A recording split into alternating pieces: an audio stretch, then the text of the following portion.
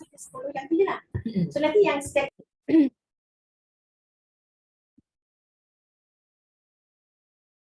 Auzubillahiminasyaitonirrajim. Bismillahirrahmanirrahim. Assalamualaikum warahmatullahi wabarakatuh and good morning to everyone. Thank you everyone for joining this training organized by Center for Professional Development CPD IIUM. I am Dr. Raini from the Learning Design Unit CPD and I will be your moderator for this training. Before we start our session, let's recite Ummul Kitab Al-Fatihah.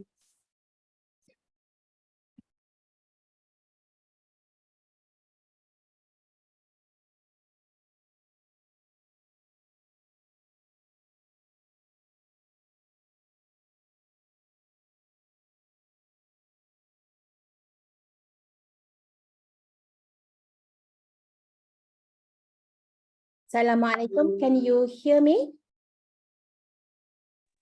Yes. Yes. Very clear.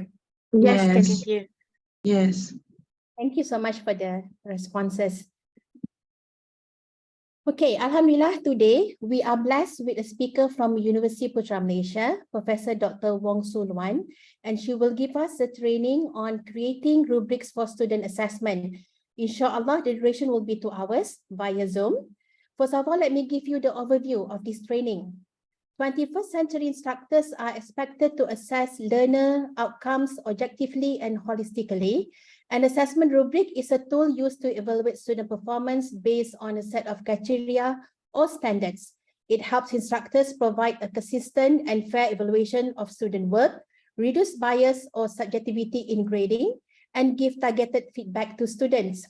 A well-designed rubric should clearly outline measurable criteria aligned with learning objectives, with categories and performance levels to assess each criterion.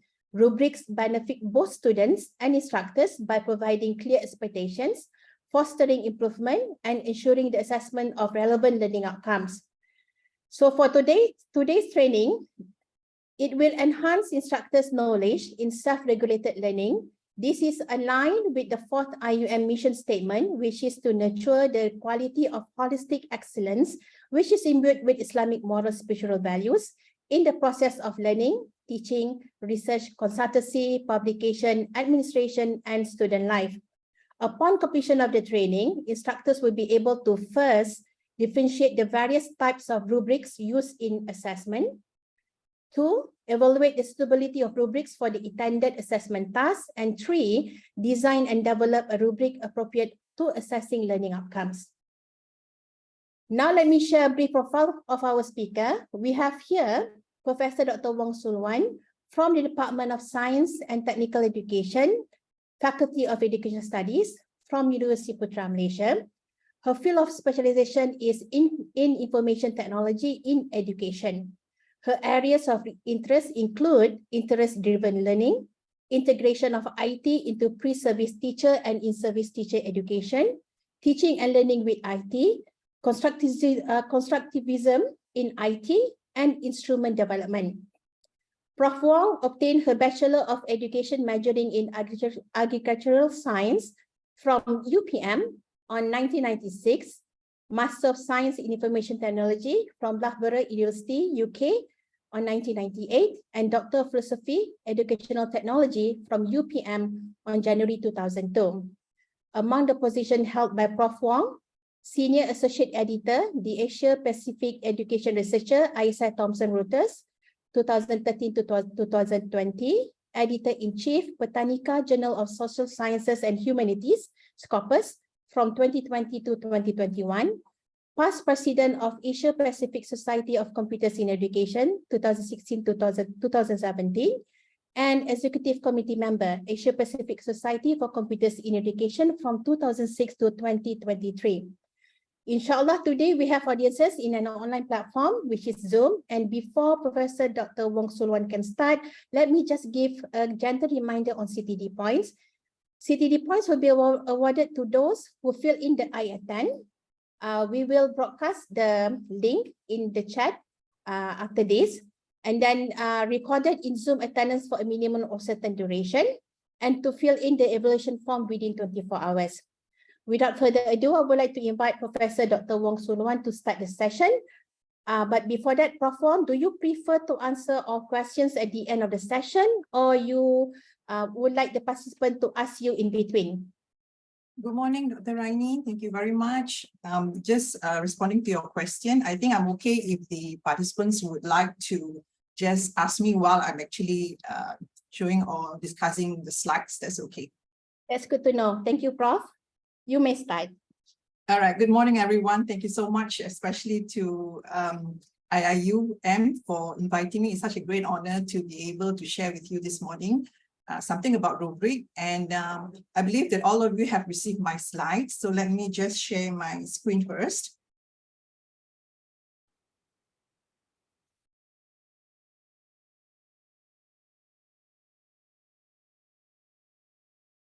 Is it visible to you?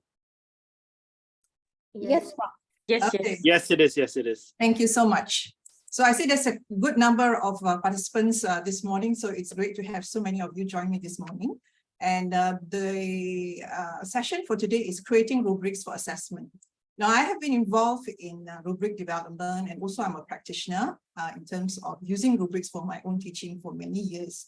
And I'm from the Faculty of Educational Studies. I've been here for almost, I think, more than 20 years with UPM. That's my email in case you want to contact me if you have any questions. And let's show the next slide. So what I'm going to do today, this morning, so it's a 2-hour session. I believe I'll be able to finish within 2 hours and under 2 hours. Yeah. So I'm going to break this session into 2 parts. The first part would be getting to know the rubrics, and followed by part 2, which is walking you through 5 steps of how to develop a rubric. So for part 1, the ultimate goal of part 1 would be to equip you with some basic or rudimentary knowledge of rubrics for learning assessment. It means that you will learn how to identify the types of rubrics, which types of rubric is suitable for your types of assessment. I also would introduce to you the definition of rubric. What are the components of rubric, the anatomy of rubric? So we have 2 learning outcomes for today's session. The first is to differentiate the various types of rubrics. There are many types of rubrics actually, but what I'm going to do for today, I'm going to focus only 2 types of rubrics which are very popular and also widely used among academicians. And the second LO is to evaluate the suitability of rubrics for the intended assessment task, which means that you will be able to identify if you are going to design your assessment in such a way, which type of rubric would suit your assessment.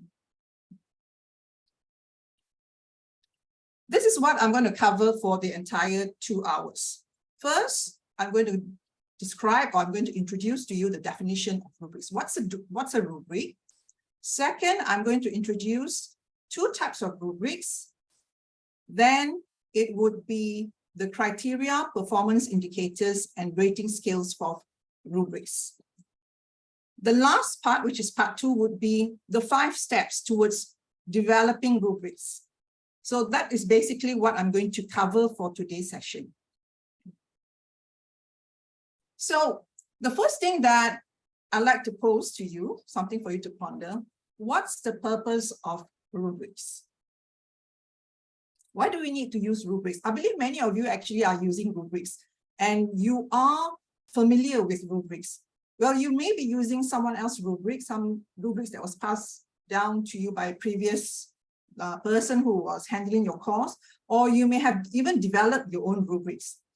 Firstly, the rubrics is to assess performance. Of course, it is assessing the learner's performance of students. Secondly, it aligns with the learning outcome. It helps us to align with the course learning outcome. I'm sure all of us have our learning outcome for each of our course. So the learning outcome would cover 3 learning domains. You have the cognitive, you have the psychomotor, and then you have the affective domain. So let's say if your course is very hands-on, it emphasizes on the psychomotor component, then you are going to align your rubrics to assess or to have more weightage on psychomotor. So this is what it means by aligning with the learning outcome. And the LO indicated by performance. all of us here are familiar with what is an LO. It is something which is where the students are able to do something the students are able to make, say, or write. That's in a very layman term of LO.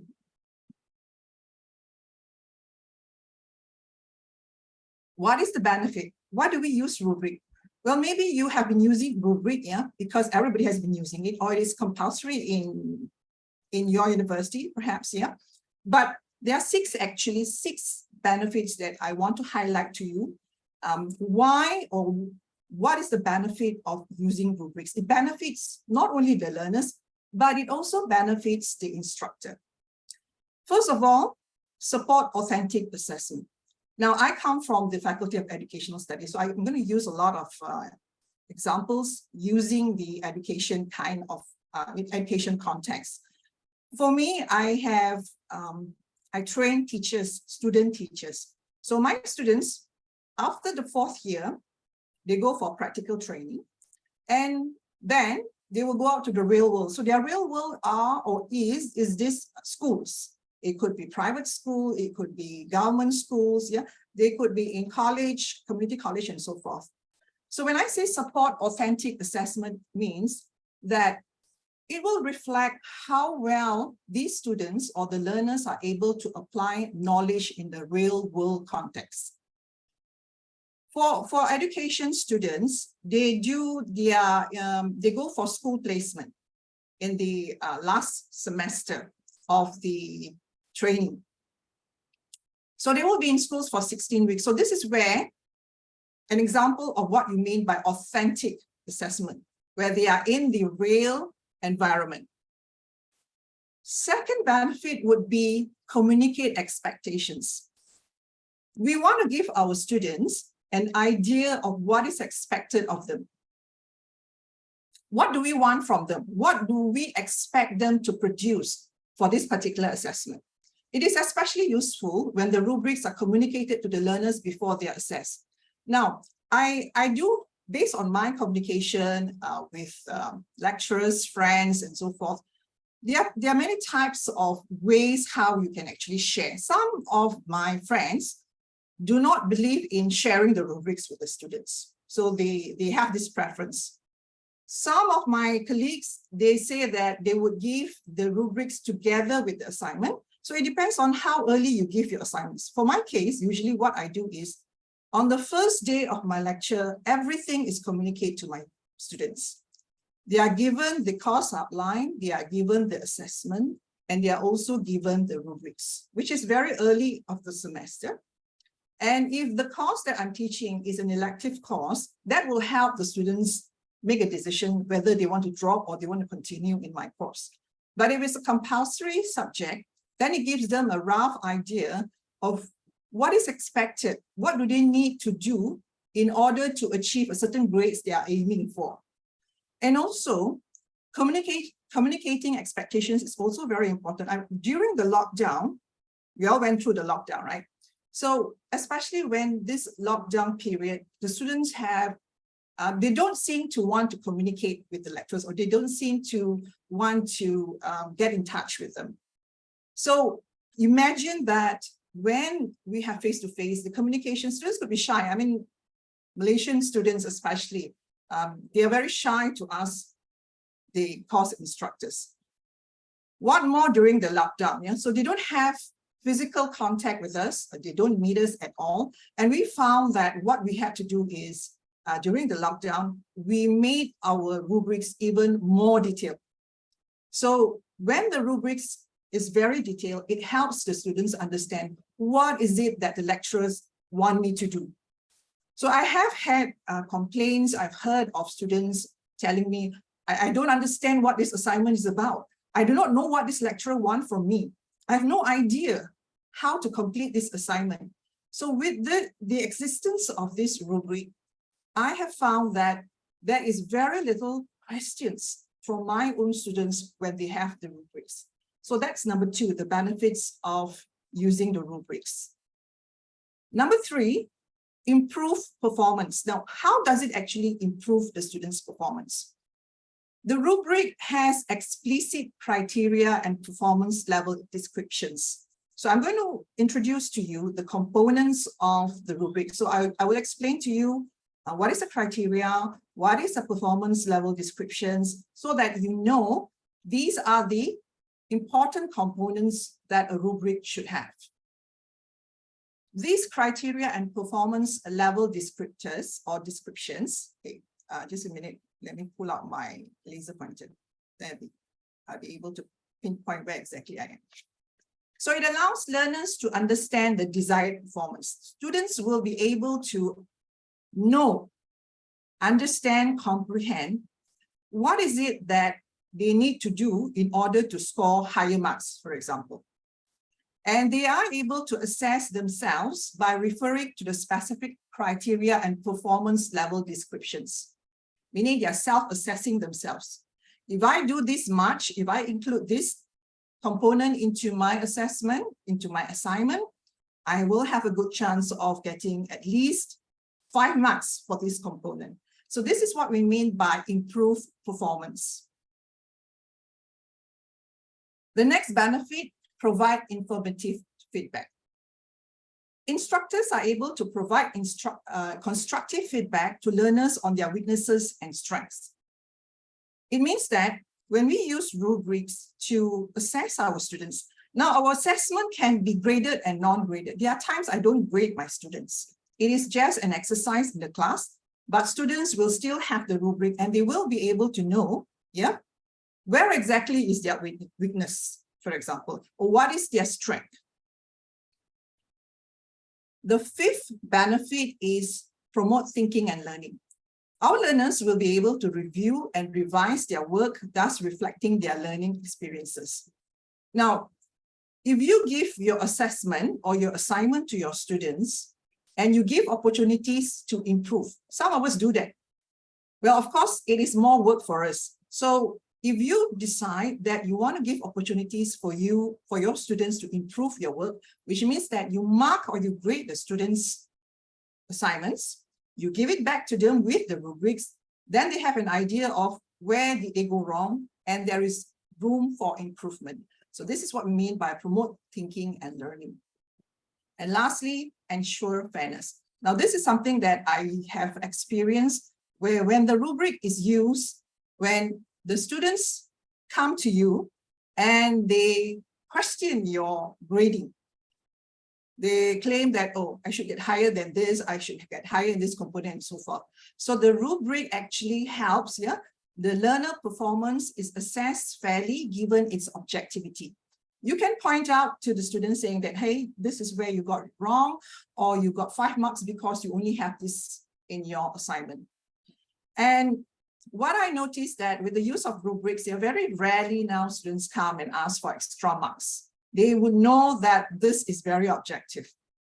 These are the benefits, the 6 benefits of using rubrics. There may be many more, maybe you want to share with me, yeah, but these are the 6 that I have actually feel that is the most important when you come, when you're using the rubrics. Am I going too fast? Is it okay? Do you have any questions so far? You are doing well, Prof. It's okay. All right. It's okay. It's okay, Prof. Thanks. Thank you. Yes, Prof, I have question. Yeah, sure, please. Okay, I'm Rohaya from CFS Gambang. All right. When you were talking about communicate expectations, that you give the rubric on the first day of the class, Yeah. but how actually you give the rubric to the student? Is it by soft copy, hard copy, or just orally that you describe the rubrics? All right. Thank you Yes, very much for your question. That's a very good question. Now, Thank you.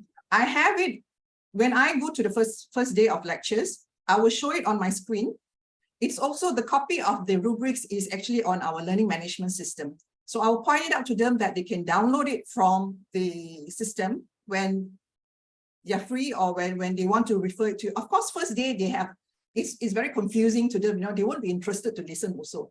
But at least it gives them an idea. So I will go through with them. On the first day, this is your assignment. Okay, we have assignment 1, 2, 3. Very briefly, I go through with them and I will go through with them the rubrics. So I handle this course, which is educational technology. It's a 2+1 credit course, I have 2 hours of lecture and I have 3 hours of practical sessions. I go through with them during the lecture, and during the practical sessions is another round with them. Meaning that I will go through again with them, but this time a little bit more detailed during the practical sessions. So I believe that if you do that, it is more objective, it becomes clearer to the students. And I think when you just give them orally mentioning to them, I don't think it's going to be effective, because sometimes students cannot imagine or they are not listening to you. Yeah? Best would be to have it in soft copy form. Or you just post it in your WhatsApp group. I do use WhatsApp. I believe you all use WhatsApp. I communicate with my students. I create a group before the start of the semester where all the students are already in the WhatsApp. So actually, the instructions are given to the students a week before the actual semester starts. Did I answer your question? Yes, yes, you All did. right, Thank you, Prof. Any more questions? So like I mentioned, yeah, some of my colleagues, they don't believe in sharing the rubrics with their students. That's one. There's another group of lecturers who would only give the rubrics when they give the assignment, perhaps in week 7. It really depends on your style. But for me, I prefer to give everything very objectively, very clear to my students. This is what you're going to expect in my class when you come for the first day of lecture. And I find that it has been effective in the sense that they decide whether they want to join my class or they can drop my class. All right, we are done with the benefits of rubrics. Now let's go to the generic rubrics. Generic rubrics means that it's generic. It's quite general. It's used for several different task assignments. What do you mean by several different task assignments? Yeah. The last semester, I decided to try something new with my students. Instead of giving one assignment where everybody has to do or complete that assignment, I decided that I wanted to give them options. I gave them 3 questions and I told them to choose 2 out of 3. When this option is given to the students, it means that I have to ensure that if the students choose assignment 1 and 3, or 2 or 3, or assignment which are not, the combination are different for each of the students, the grading has to be the same. That is when we use generic rubrics. I'll show you an example of a generic rubric. While we also have the task-specific rubrics, which means that this assignment is only for this particular rubric, which means that you design this rubric specifically for this assignment. And you can imagine that by having a very specific rubrics, the criteria is going to be very specific. Now, the next question is, what is a rubric? I believe many of us are, all of us here actually are using rubrics, but maybe for the new lecturers here, they may not really know the actual definition of rubrics, the components of rubrics. You have many types of rubrics that are available that you can actually look for on Google. Your seniors may have given you the rubrics and you use it and you modify it, yeah? This is the basic definition of rubric by Brookhart 2013, yeah? It's a tool comprising a set of criteria. This criteria has possible levels of performance quality or performance indicators. Like I said earlier, I'm going to explain to you the keywords. What do you mean by criteria? What do you mean by performance quality? This tool is developed to assess any kind of student work, depending on which area we come from, yeah, our discipline. I believe there are social scientists here, you know, we have people from the hard sciences, engineering, medicine, and so forth. Depending on your area of discipline, the way you assess your students may not be the same. And it could come, or the students' work would be, you know, from written to oral to visual. This is the definition from Brookhart 2013, yeah? When we talk about performance, what do you mean by performance? There are 2 types of performance. The first one is processes, and the second one is products.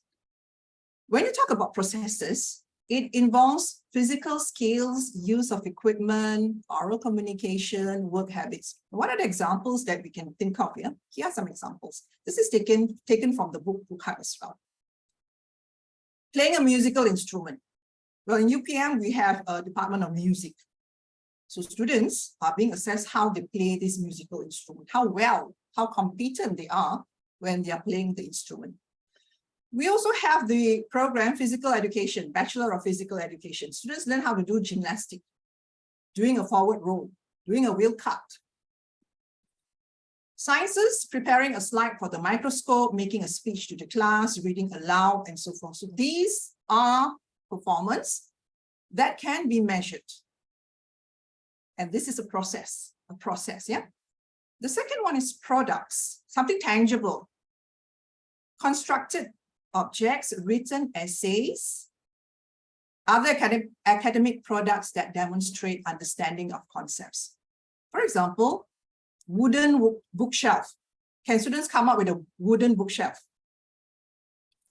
In UPM, we also have design, yeah? For our education students. They come up with products.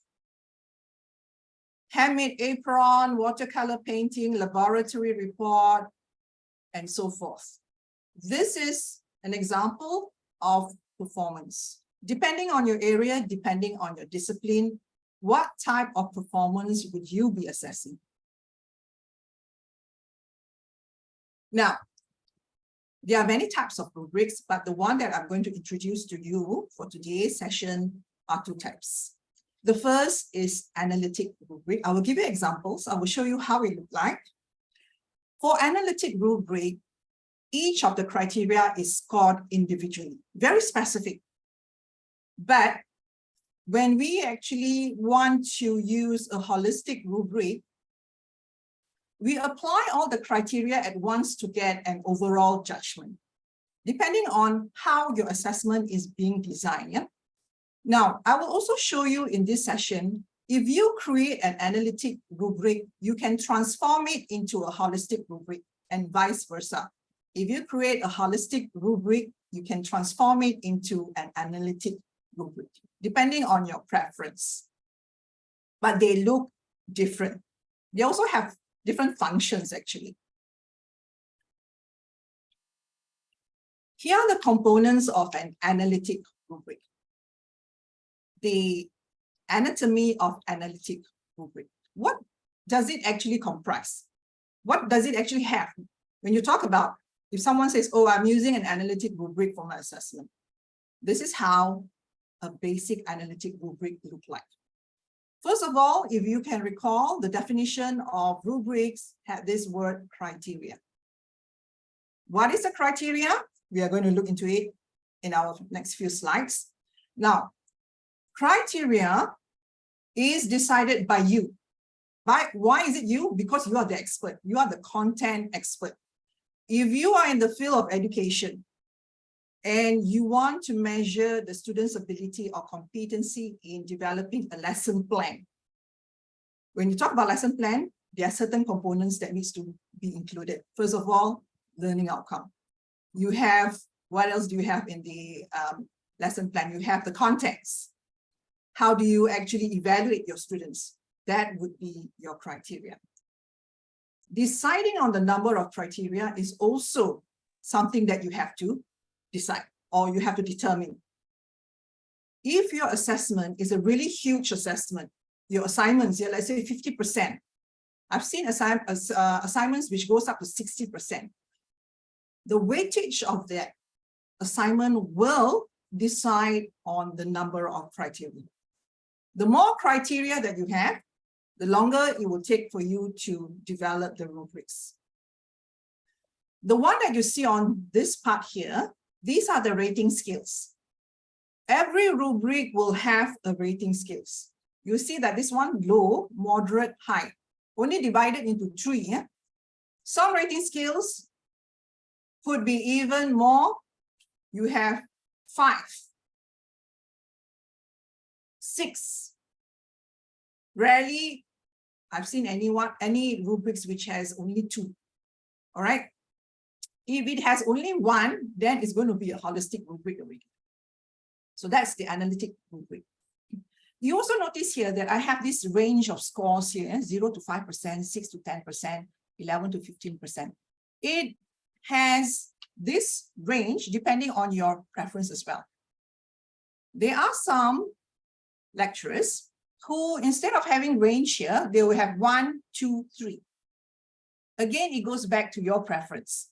For me personally, I would prefer to have range here, because when we talk about students' competency, yeah, when we say that this person's competency is low, well, of course, I don't expect all my students to score only 1, because every student is unique. They are having different range of what we call the low category. That is the reason why I decided that when I develop my own rubrics, I would prefer to have a range like this, 0 to 5%. And what's inside these empty cells here? It is actually the desired performance descriptors. What is it that the students need to have, or what is it that the students need to achieve when you want to give this student for criterion 1, you want to give 14%. Or you find that this student is not doing too well, competency quite low, then for criterion 1, you give maybe 2%. This is what we mean by the desired performance descriptors are written here. I will also show you and also will guide you on how to write your performance descriptors. Just to summarize, the row represents the criteria for the desired performance, while the column represents the evaluation score. Under the rating scale, which is the corresponding weights or scores can be assigned, the performance descriptors are explicitly stated.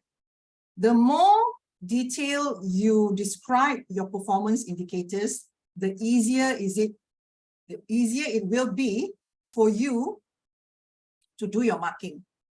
What I'm saying here is that when you develop your rubrics, it will take time. And rubric is always a work in progress. There's no one perfect rubric. It evolves over the time. And especially if we are working with a group of lecturers, some of us may be teaching a course which is handled by 3 to 4 lecturers, perhaps. It would be good for all of you to sit down together and discuss the rubric that you'll be using for your entire cohort. That would be the best. But many of us also are using a rubric that is developed entirely by ourselves because we're handling this course by ourselves. This is an example of my assignment. I teach educational technology, which is a compulsory subject for all education major students. They take it depending on which program they are from. Yeah, semester 2, 3, 4. This is how one of my assignments looked like. I asked them, the students are required to create an e-portfolio. It is an individual assignment. Students are allowed to use Blogspot, Wixsite, WordPress, and so forth. In the portfolio, the students have to post updates and progress of their project. There's a project that the students need to complete. They are expected to write reflections based on the activities done throughout the semester. And they will have to update the portfolio at least once a week and may update it as often as they wish. Yeah? Weightage, 10%. Deadline, week 14, the end of the semester. But this is given on the first day of my lecture. And this assessment, we're tying up with our learning outcome, yeah? Measures C6, which is the cognitive level, cognitive and critical thinking. This is how the rubric was designed. Yeah? So I give credit to the course coordinator who came up with this rubric, Dr. Masnida. This is a task-specific rubric, specifically for e-portfolio. This is not a generic rubric. Yeah? Now, what you can see here is that the criteria, there are 3 criteria here: communication of reflection, content knowledge, and effort. Rating scales, there are 4 rating scales here: adequate, developing, competent, and excellent. Scoring, the course coordinator decided that 1 mark for adequate, 2, 3, 4. And you would also realize that the more marks there is, the more description it has. I think that's logical because the more things that your students need to do, they will be awarded with more marks, more higher scores. Yeah. Let's look at the communication of reflection here. Learner is merely reporting and summarizing the events or learning activities. But when we compare that with a student who is excellent, the reflection shows originality and is comprehensive. Learner is able to generate new ideas from the learning activities, includes examples. Students give us examples, supporting evidence like pictures, videos for each post, which means that they just not only include text, but they also include extra materials or extra media for us to have a look. And include caption that explains the appended materials. This would be considered as some kind of work that we would categorize as excellent and therefore will be awarded 4 marks.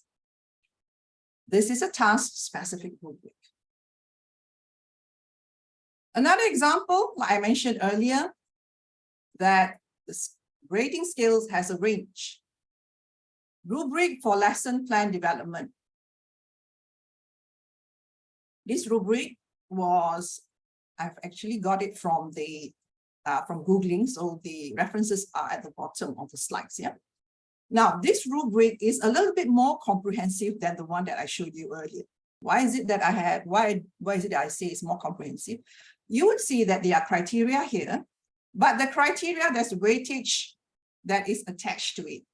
Meaning, for a lesson plan, we know that a lesson plan, the most important component, for that particular assignment, the instructors decided that the instructional strategies component carries the heaviest or the most marks. Therefore, we have 40%. Goals and objective, 15%. And materials needed, organization and presentation, only 5% each is given for this component. And you would notice that, again, it has four rating scales. Like I mentioned, it depends on how detailed you want it to be. I have seen rating scales until 7. Yeah? Well, that really goes back to what is your preference. For me personally, I would prefer to have 3 to 5. That would be adequate for my area or for the subject that I'm teaching. And scores here and the total here. Like I mentioned earlier, how do you decide the criteria? It goes back to your knowledge of expertise. If you're measuring something that some students are going to develop, which is a lesson plan, of course, a lesson plan needs to have goals and objectives, instructional strategies, how to assess their students, what kind of technology they are using, materials needed, and organization and presentation. Which means that the instructor who developed this rubric felt that 6 criteria is enough to assess this particular assignment. That is all about analytic rubric. Yes. Examples that I've given you, how it looks like, what are the components of the analytic rubric. Now, we are going to the next or the second type of rubric, which is called the holistic rubric. It looks much simpler than an analytic rubric. It only has 2 columns. Low, moderate, high. And you have the descriptions here. These descriptions is the combined desired performance descriptors that we have created. It comprises the rating scale, corresponding weights or scores that can be assigned in a row, while the combined desired performance descriptors are placed in the column. Now, you may be asking, when do I use a holistic rubric and when do I actually use an analytic rubric? In the second part of our session, there will be some guiding questions that will help you decide whether a holistic rubric is more appropriate for your type of assignments. Well, let me give you some explanation within the context of education. In UPM, we assess our students' thesis. Thesis is a really huge project for our students. Yeah, we assess it using a holistic rubric, meaning we are going to decide whether this student's work is considered to be low, moderate, or high, or excellent, for example. Yeah, because the thesis is so huge, it is very difficult to have an analytic rubric for your grading. It's too detailed, which means that it boils down to your goal. What is your goal? How did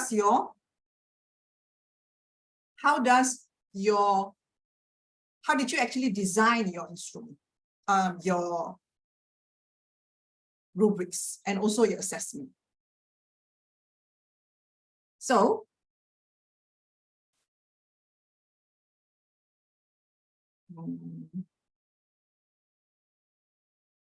going back to the same assignment that I gave to my students, if I decide that I am going to use a holistic rubric instead, I decided that no, I'm not going to use an analytic rubric. This is just for example of how it would look like now when I transform my analytic rubric into a holistic rubric. This is how it looks like. Adequate, developing, competent, excellent. And I only have this column here, yeah, which is a combination of what I have actually written in the criteria for low. Learner is merely reporting and summarizing the events of learning activities. Learners show limited ability to connect the theories. Portfolio has less than 14 updates. I have taken all the criteria from an analytic rubric, the low competency or the low rating, yeah, I have put it together, lumped it together, and made it into a holistic rubric. The same thing as well, if the student is actually at the excellent level, more than 85%, whatever that I have written in the descriptors for the highest score, I have lumped it together here. Then it becomes a holistic rubric, meaning you can transform your analytic rubric into a holistic rubric and from a holistic rubric into an analytic rubric. No problem. And I think no one is going to question you, yeah? Why are you using an analytic rubric instead of a holistic rubric for your assignment? Because we are the one who is the expert in this area. And you are the one who designed this assessment. So you are going to have the final say for your assessment. So just to recap, just now, this is the analytic rubric. So what I did actually from the analytic rubric, I have taken all these descriptors, I put it together, and it became a holistic rubric at the lowest level.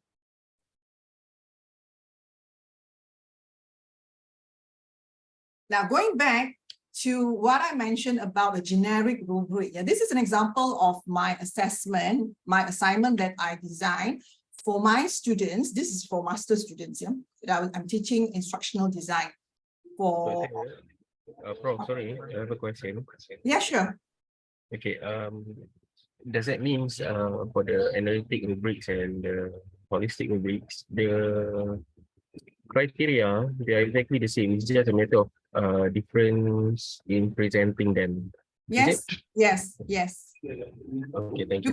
You can actually make it exactly the same, taking the same words, or you can rephrase it, meaning that there's no extra work when you already have an analytic rubric and decide, okay, I'm going to change this into a holistic rubric. No extra work is actually going to take place on your part, because you can actually use what's already in the analytic rubric, but it doesn't mean that it's compulsory to be exactly the same. Did I answer your question? Can I ask? Yeah. Well, Right. question. Yes, please proceed. Okay, if let's say the holistic rubric is some sort like a summary to analytic rubrics, or maybe if we look closer, those in the holistic rubric, it doesn't really reflect the details in the analytic rubrics. Would that be a problem? No, it wouldn't be a problem also. It depends, actually, if you start with a holistic rubric actually is quite brief, quite general. When you transform that into an analytic rubric, I believe that you probably need to expand the descriptors. But if you start your rubrics, and the first time you develop your rubric and you decide that I'm going to do an analytic rubric, it's all very clear already, very detailed already. Then you just transform it into a holistic rubric. But I believe many of us actually use an analytic rubric for our assessment. And there will be time when you decide that maybe this type of assessment for this particular week 1 to 5, you want to use a holistic, then you can transform. Yeah. But I don't think it is a problem actually. Can I ask a question? Yeah, sure. No. Yes. I'm working in a group, and like for instance, you in one of your rubric you mentioned the student demonstrate a remarkable ability, and now that remarkable ability, it seems to be too general. How do you define remarkable? You create a very specific, so-called specific rubrics. Do we need another rubrics to explain that particular rubrics, like remarkable ability? It's very subjective. I work in a group. Perhaps if I'm an individual lecturer, I design my rubric, I know what it means and I can explain to my student. But you're working in a group, different lecturers, different capability, different worldview, different ideas. How do we settle this issue of precision? Yeah. All right. How do you settle this issue of precision? It would be reflected in your description. Actually, the performance description of your rubric is already there. When you say that this student is remarkable, right? Then I would recommend that remarkable becomes one of the rating scales. And under remarkable, then you would then define what you mean by remarkable. What are the things that you want the students to be able to achieve or to showcase to you when they are at this stage? And for them to be categorized as remarkable, then you can give your ratings, maybe 8 to 15 marks. And this student is so good, it's 15 marks for this particular student. And going back to your question, yeah, how do you actually define the precision? All of you really have to sit together and look at the rating scales, yeah, and then come up with your performance descriptors. What do which means that you have to come up with a general consensus, yeah? What do you actually agree upon when you say that this student is remarkable? You don't need a separate rubrics or separate section to explain the rubrics. The rubrics stand on its own. It goes back to what you have in your performance descriptors. So the clearer and the more detailed your performance descriptors, the better for your team members, so that everybody has this standard understanding. They all have this same understanding of what do you mean by students who are really competent, for example. Hello, Prof. Can I ask a question? Yeah, please. Prof, do you need to map each criteria of the rubrics to the respective LO of the module? Well, I wouldn't say that exactly everything, but you have to decide the number of your criteria. Yeah, is this going to reflect your objective? It has to tie up with your objective. So I believe like you have 3 objectives. Maybe objective 1 refers to your first component, which is the cognitive. Then you have your psychomotor. It has to tie back. Meaning, what you design for your assessment and how you are going to assess that assignment would measure that particular LO. So going back to the constructive alignment, definitely. So I take it as a yes, Prof? It's But not actually a everything. yes. Yeah, actually it's a yes. But not all the components, right? Not all the components, because sometimes you have your final exam. Your final exam is going to measure certain components of your LOs, right? So some that is not measured by your rubric would be measured by your final exam. I mean, in UPM, we still have final exam. I'm not sure about your university. Okay, thank you, Prof. All right. Hi, Prof. Hi. Hi. Okay, my name is Irna. I would like to ask about the rubric. Yes. I'm not sure what type of rubric that I'm using, but I think it's more to specific rubric. And what I found out is when I do the specific rubric, for example, if the mark is 10, the student got near to 10. I'm not sure is it good or not, because for example, what I did is for practical report, what they have to put in the written report.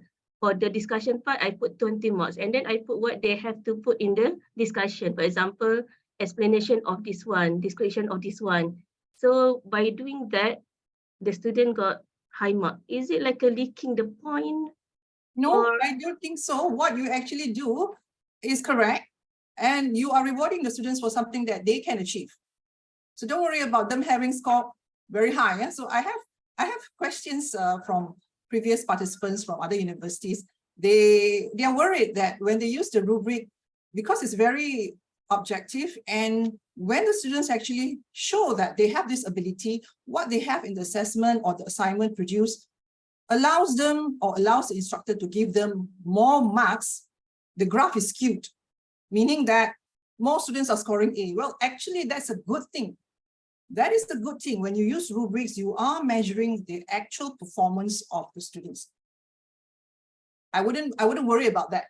Okay, nothing wrong with like a point by point what they have to put, but didn't give the answer. Yeah, I wouldn't Okay, worry about that. okay, thank you, Prof. Okay. All right, so going back to the generic rubrics, yes, this is the option that I gave to my students, 3 assignments, answer 2. And this is how a generic rubric look like. It is still an analytic rubric here, but you would see that it's quite general. Even if they answer assignment 1 and 3, or assignment 2 and 3, they will still be assessed by the same rubric. 3 components here: understanding, in-text citation, evidence of learning. 35% goes to understanding here. 10% goes to in-text citations. This is an example of a generic rubric. More rubric examples. This is a very detailed, comprehensive rubric. So this one was developed by the Ministry of Higher Education. You would see that they have 1, 2, 3, 4, 5 scales. And this is the attribute. This is actually the criteria. And within that criteria, they have sub-criteria. This is even more specific. I'm not going to go into detail, but this is to give you an idea, yeah, how comprehensive your rubric can really look like, depending on your preference. Yeah. And some examples of the assessment that can be used for this rubric. So you see, it measures the students at very weak to very good. Very good, able to deliver ideas with great clarity. Students who are very weak, not able to deliver ideas clearly and require major improvements. This is measuring the students' verbal communication, which is CS, the LO. Which means that, going back to the same question earlier that you asked, whether it has to tie back with your LO, yes, it has to. So many more examples. I'm not going to go through with you since you have my slides already. Yeah. This is for teamwork. This is for values and attitudes. Yeah. And this is for lifelong learning. Gives you an idea of how you are going to write your performance descriptors. So going back to the question of how do you actually define precision? Yeah. To decide on the precise definition, it has to be spelled out in your performance descriptors, especially if you're teaching in a group, more than one person. Everybody has to have the same understanding, because we don't want one lecturer to be giving very good when the other lecturer says, this is only good. It has to be standardized for your rubrics. So this is another example. So you see, this is for entrepreneurial skills. So you can go through later after we finish the session, yeah? Many more examples. So it's almost 10 o'clock. So we'll take a 5-minute break and we'll come back to do the second part of the session. But in between, I will be here. If you have any more questions you want to ask me, I can give you, or I can clarify whatever doubts that you have. Thank you, Prof. Wong. All right, let's have a 5 minutes break. We'll resume at 10 a.m. inshallah. Prof, hi Prof. Hi. This is Hadi, one of the lecturers of IIM. I just want to ask regarding to the rubric. My experience before the rubric is that whenever I give the basic rubric based on the LO, based on the course online, they will keep on asking question for a subset of each of the rubric. And finally, I have no way to answer. Not to say I cannot answer. I mean, it really takes a long time to a certain level, to a certain group of students. You mean They the want students are asking you for the subset of the rubrics? subsets and subsets. And what do you mean by summary?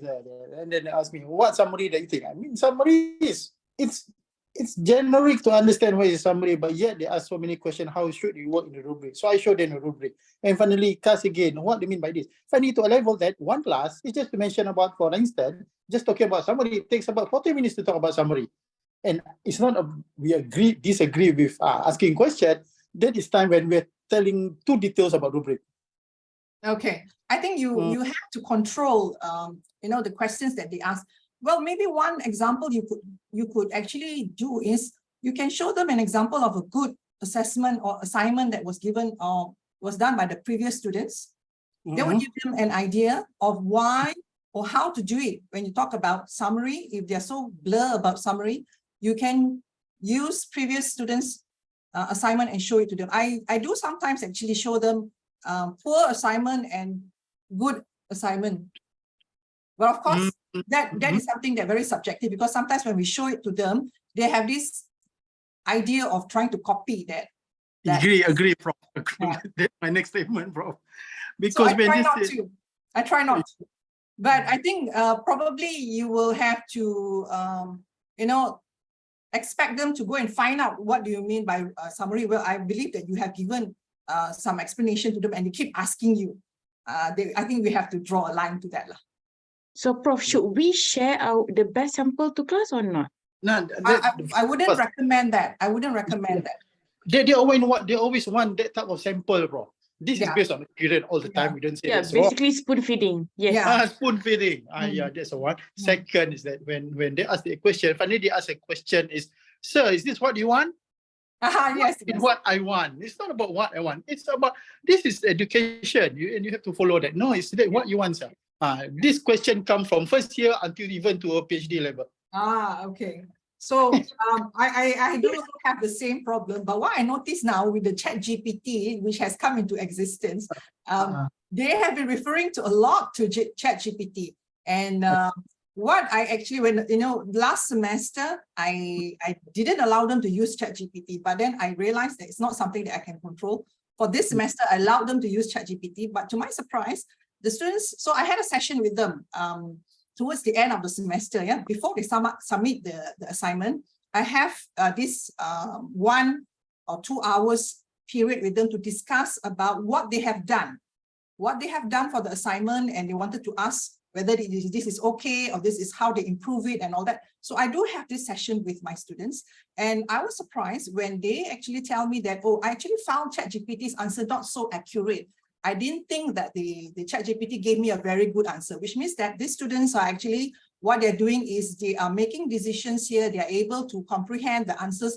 This is not really accurate. So it makes them actually, more critical thinkers in that sense that what ChatGPT is giving them is not something that they should just cut and paste. So I was really happy with that direction and how things have unfolded for this semester. So I think for next semester also, I will still continue to allow them to use ChatGPT, but in a sense that it is meant for them to clear their doubts, but not to cut and paste their assignments.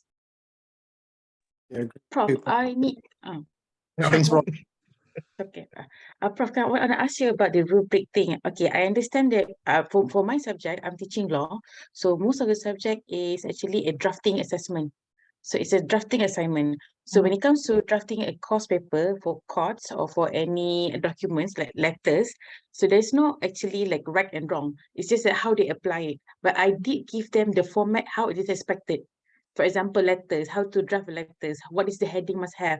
So I not give word by word the details of the rubric, like okay, for introduction, you have 1 point. I did not give that. So what amount to a good? I did not allocated that, but I did mention in my rubric that allocated marks for this particular document is how much. Okay, Is I it think that's enough, good. or it has to be details? Like, how is it good? Why is it 0.5? What is it 1, for example? How is there a rating scale for your rubric actually? Rating, actually, I just allocated marks. Oh, so I think that's okay because you have actually described what you're expected to do. And if you do this, you will get 1 mark. If you do that, you get 2 marks. That's clear enough. That is some kind of rubrics to me. Yes. All right. Thank you, Prof. Welcome. Prof, can I ask a question? Yeah, sure. Okay. Go ahead. Yes.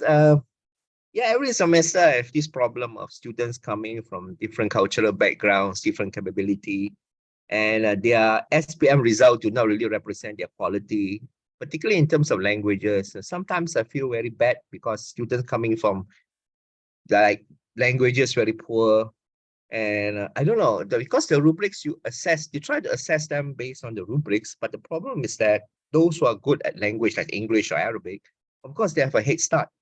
So how do I deal with this problem? I know you know, I think you know what I mean. Yeah, I agree with you. Those who are able to do well, they tend to do well. But what I do is I do have criteria which is for the English. Or sometimes I don't even assess their English, but I have more component on content, the content part. So even if sometimes if you're able, your English is very good, very proficient in English, but you don't have the content. Of course, then the criteria in my rubrics is going to assess how much this student is going to get. The ability to understand, for example, their ability to comprehend that concept. And also, what I did for this semester, now, we don't have that many diverse international students, but we do have international students. The previous semester, so I was teaching this group of students for 2 semesters. The same students, 8 students for masters, they enrolled in my class last semester, and they enrolled in my class this semester.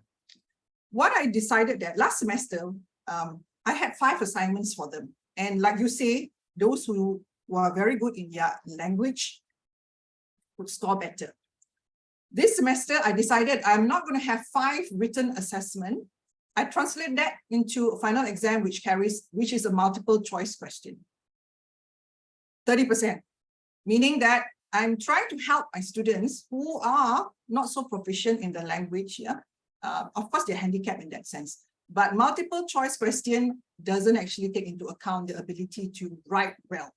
So which means that you're designing the types of assessment that you are giving to the students. I do agree with you. So for last semester, when I gave 5 assignments to my students, written assignments here, they didn't really do really well. But I increased the rubrics, the component for content, the ability to apply the concepts here. And I gave the criteria for the component language proficiency, the ability to write well, clarity, and all that, only 5%. So hopefully that actually helps in that sense, the problem that we're all facing here. Yeah, we can only reduce the issue. Yeah, you can't eliminate it 100%. Okay, so is it 11 o'clock, right? It's 10:03. Yeah. Prof, there's a question in the chat. All right. Okay, so Dr. Sola from Kuliah Pharmacy, some of the CLO is mapped to psychomotor element. The verb used in the CLO is perform. The teaching and learning activity is lab practical, and usually we assess this practical with lab report, but this is inadequate to assess whether the students are competent in performing the task. Can you share what you have done in creating rubrics for this kind of assessment? All right. Reports are not adequate. Yes, if you actually rely 100% on reports, it could be something that not related to it doesn't reflect the true competency of the students. I do, apart from having the tangible reports that they submit to me, I also do presentations. And if I find that this student is actually, quite suspicious, very high the scores, I would have a one-to-one session. So I had that before, yeah. I had that before where I suspected the student, this is not the student's work. It's just too good. I did call this student. We had a Zoom session with the student and I asked the student to show me step by step. The student couldn't show me what was actually sent to me. And that was where I concluded that it wasn't the student's work. So I think it's quite difficult in that sense, but there are some ways to elevate or to, try to reduce this kind of problems in that sense.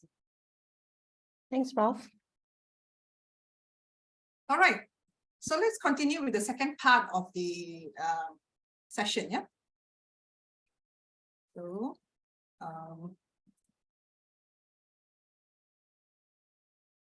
this will be the second part of the session, crafting your rubrics in 5 easy steps. I believe all of you have your own rubrics based on the questions that you have asked. You have been using rubrics for many years. Yeah, that is not something alien to you. But for those who are actually new in this rubrics development, it would be really helpful. And also to help you, for those who have created your rubrics, maybe you can find some ideas how to improve your rubrics. Like I said, your rubrics is it's a progress. It's a work in progress. It doesn't end there. It is always something that you would add. And what I also recommend to you is to talk to your students and get feedback from them. Based on the feedback, you can improve your rubrics in the following semester.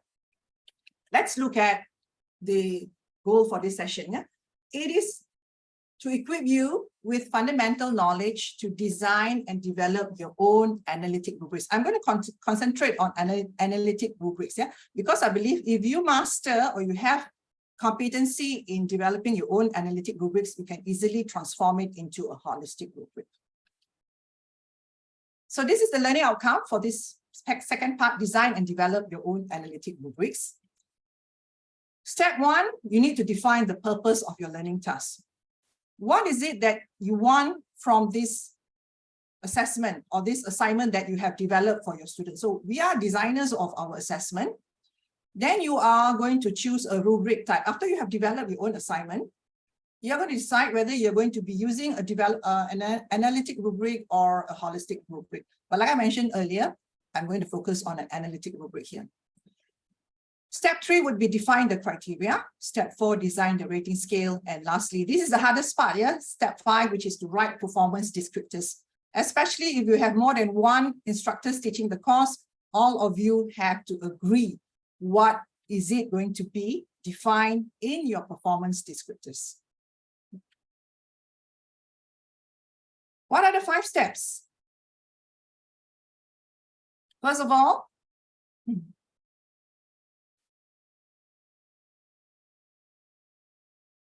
define your purpose of learning tasks. 2, choose rubric type. 3, define criteria. 4, design rating scale. And 5, write performance descriptors. Here are some questions. There are some guiding questions that will help you. Define the purpose of your learning tasks. Will I use rubric to assign learners grades? Are you going to assess your students' work or not? Even if it's not graded, I would recommend that you have rubrics for your students. Yeah? So there are actually activities that we do in class that I don't grade, but it helps to improve the students' understanding of the concepts, certain concepts that I'm teaching. Will I use the rubric to provide informative feedback to learners? What are the learning outcomes of the task? Is it tied back to your learning outcome for the course? How will learners demonstrate that they have achieved the learning outcomes?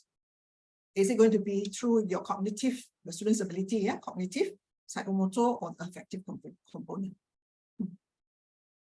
So this is create a rubric based on an assignment. Yeah? So this assignment is to assess the learner's cognitive and analytic skills in applying knowledge gained and constructed through the course diffusion of innovation. This is a master's course.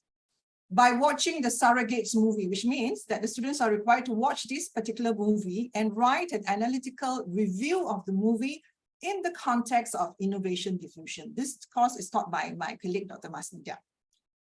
What is it that you want? I want to provide learners with informative feedback on their cognitive and analytic skills, such as the following. This is what you want the students to have or to achieve here. To be able to apply the concepts of innovation of diffusion, they are able to make judgments. They are able to select and critique theories of innovation diffusion, and they are able to make the connections. This is what I want for my course. This is what I want for my students to achieve. Based on what the description of the task, then I need to choose a rubric type. If I am going to answer all yes to this question, analytic rubric, yeah, I want to provide detailed feedback for the learning task. I want to provide informative feedback. I want to provide formative feedback about the learner's performance. If all my answers are yes, then I need to come up with an analytic rubric. But if I am going to answer yes to this second part here, it will then tell me that holistic rubric is more appropriate. Do I want to assess the learner task as a whole? Do I want to make a general judgment? Do I want to assess the student's overall performance? Do I want to provide summative feedback? If yes, then a holistic rubric would be appropriate for your type of assessment. For that particular assignment, my answer is yes, which means that I'm going to come up with an analytic rubric. Just to recap, the analytic rubric would have this component, which is your criteria. How many criteria? You will decide. How many % of that assignment is going to be for your course? Your rating scales, again, are you going to have 3 rating scales or are you going to have 5 rating scales? Yeah, depending on how specific you are going to write your desired performance descriptors here. After you have decided that you're going to do an analytic rubric, you're going to create an analytic rubric, these are some questions that will guide you to define your criteria. What do I want the learners to learn from this learning task? In what ways will learners demonstrate what they have achieved in terms of knowledge, psychomotor, or affective domains? And what are the attributes of the final product? So what do you decide here will tie up in your decision. Yeah? It will influence your decision on the types of criteria that you're going to have and the number of criteria that you're going to decide. Good criteria have the following characteristics. Must be observable and measurable. So that is very objective. It is important and essential. Is it part or very important part of that skill or the competency that you are intending to measure? Distinct from other criteria, which means there's no overlapping of the criteria. It shouldn't overlap. It should be able to stand on its own. Phrase in precise, unambiguous language. Because remember, if you are going to share your rubrics with your students, we can't have really high level kind of English, the types of, the way we write it cannot or shouldn't be so confusing to the students.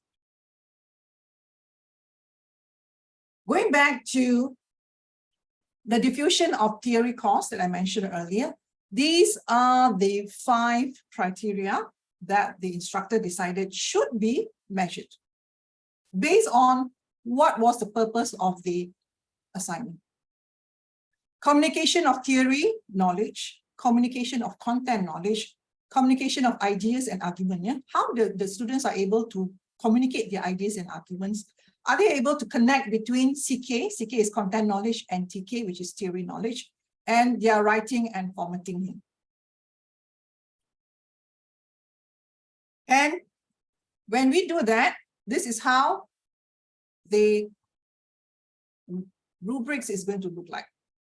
4 rating scales, and these are the criteria.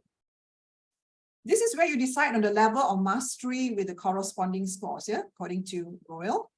The scores are arranged either in an ascending or descending order. It can't be mixed up here, yeah? Shouldn't be logically. So it could be 1, 2, 3, 4, or 4, 3, 2, 1. Scales must be continuous, shows progression, and equal. You have 3 scales here, and they should be equal in your scores. But I actually have seen some lecturers decided that above expectations, they don't have equal scores. I wouldn't say it's wrong, yeah. It really depends on your style.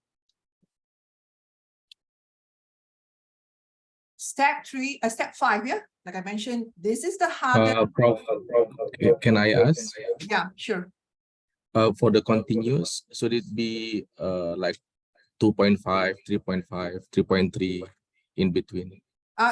You can have that. That is referring to the scores. But what I'm saying, the scales must be continuous, means that when you write your performance descriptors here, it should show there's progression. Okay, thank you. It should be progression, yeah. Okay, but your question is also valid. Sometimes you can 1.5. Instead of giving 1, you want to give 1.5. That goes back to your preference as well, how you design your rubrics. It's okay if you want to have 1.5. Step 5, write performance descriptors for the scale levels. Like I mentioned earlier, observable, measurable, and specific. Parallel language to describe the performance here. The wordings for each scale is consistent. I'll show you an example what I mean by wordings for each scale is consistent. The performance descriptors vary in degree, yeah, whether it's like amount, the degree, or intensity. How many times? 3 times, 4 times, 5 times. If the students are able to show that competency, yeah, in terms of the intensity, the more intense it is, you get more marks, for example.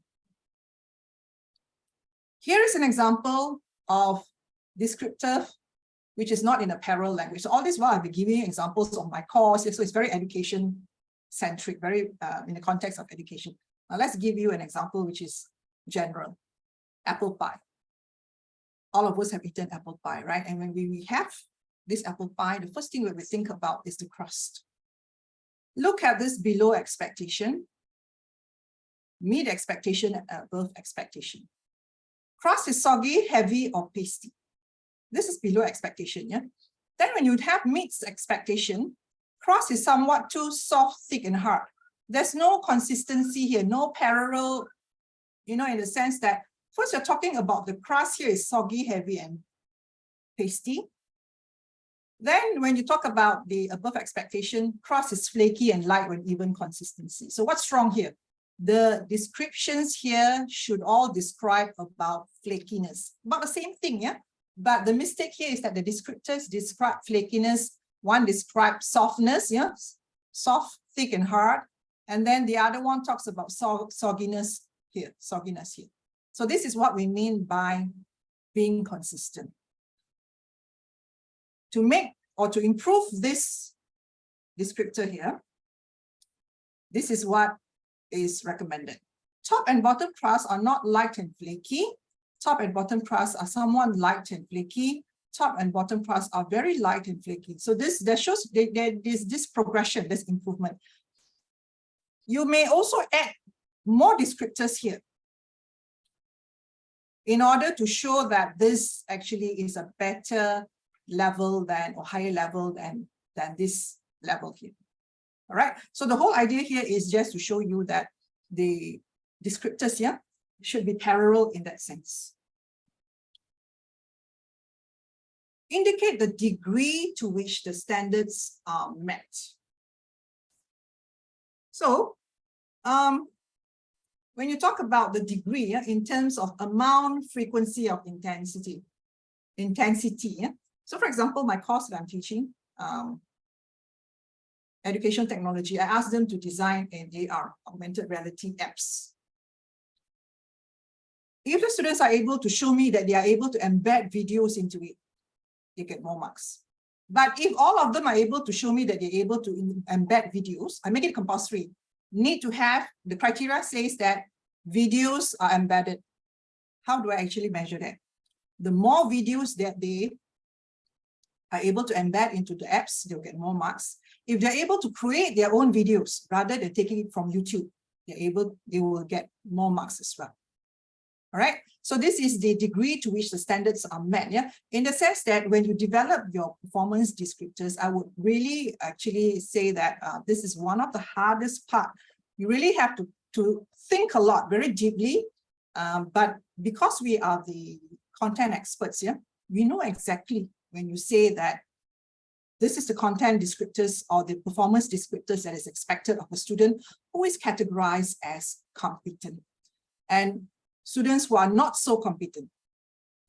At the end of the day, it is us who decide, yeah. And I also know that the MQA, when they come and audit, yeah, they will have a look at our rubrics.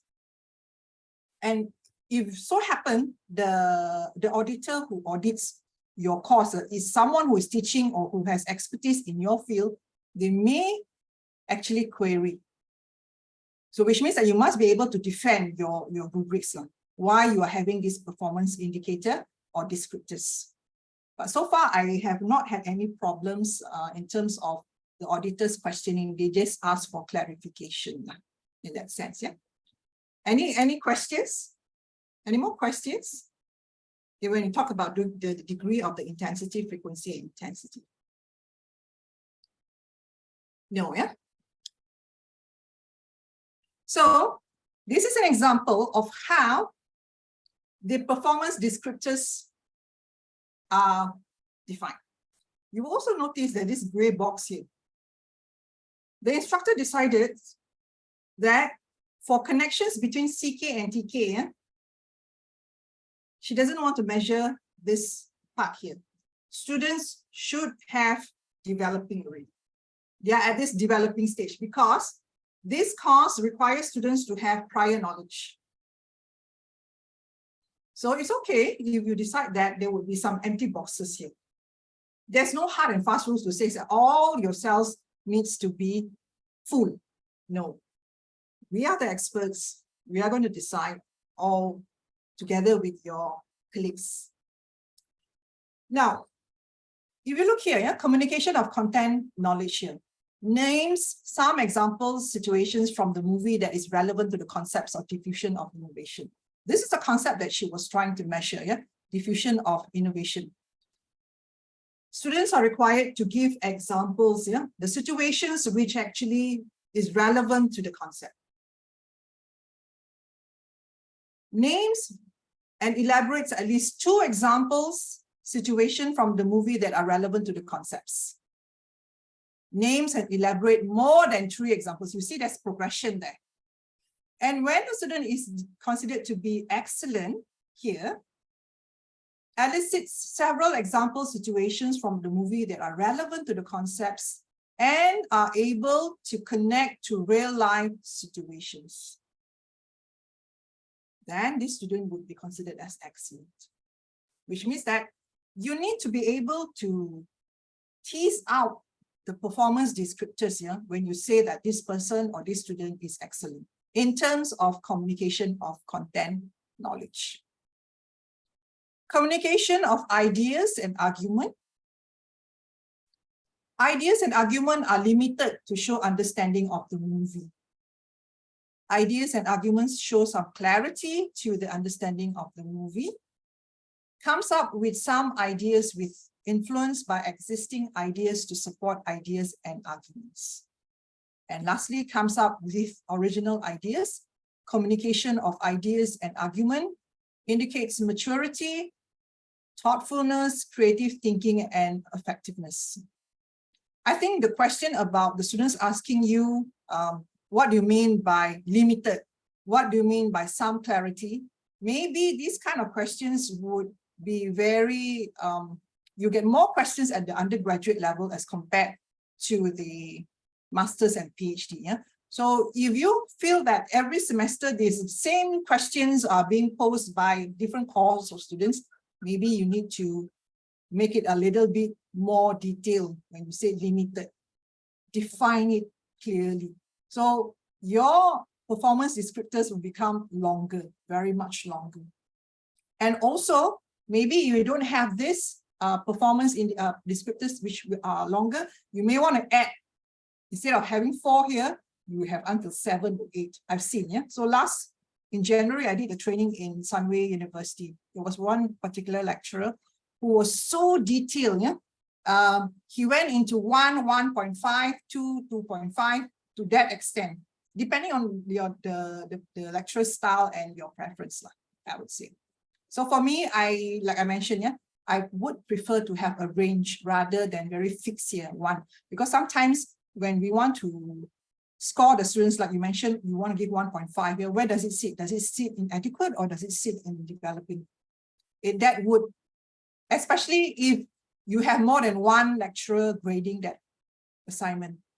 If you alone, maybe okay lah, you decide that maybe this one it goes to 1.5 here, right? So that is, like I mentioned, yeah, the rubrics is supposed to help the students and also help us, yeah, in particular in grading our students' work. Like I mentioned, grading doesn't mean that it has to have scores. It doesn't mean that it has to have grade. So if I don't want to grade the students here, I don't want to have any scores, I can just delete 1, 2, 3, 4. I just say, okay, for this communication and content knowledge, you are at the adequate level. Or for communication of theory and knowledge here, you're excellent, for example.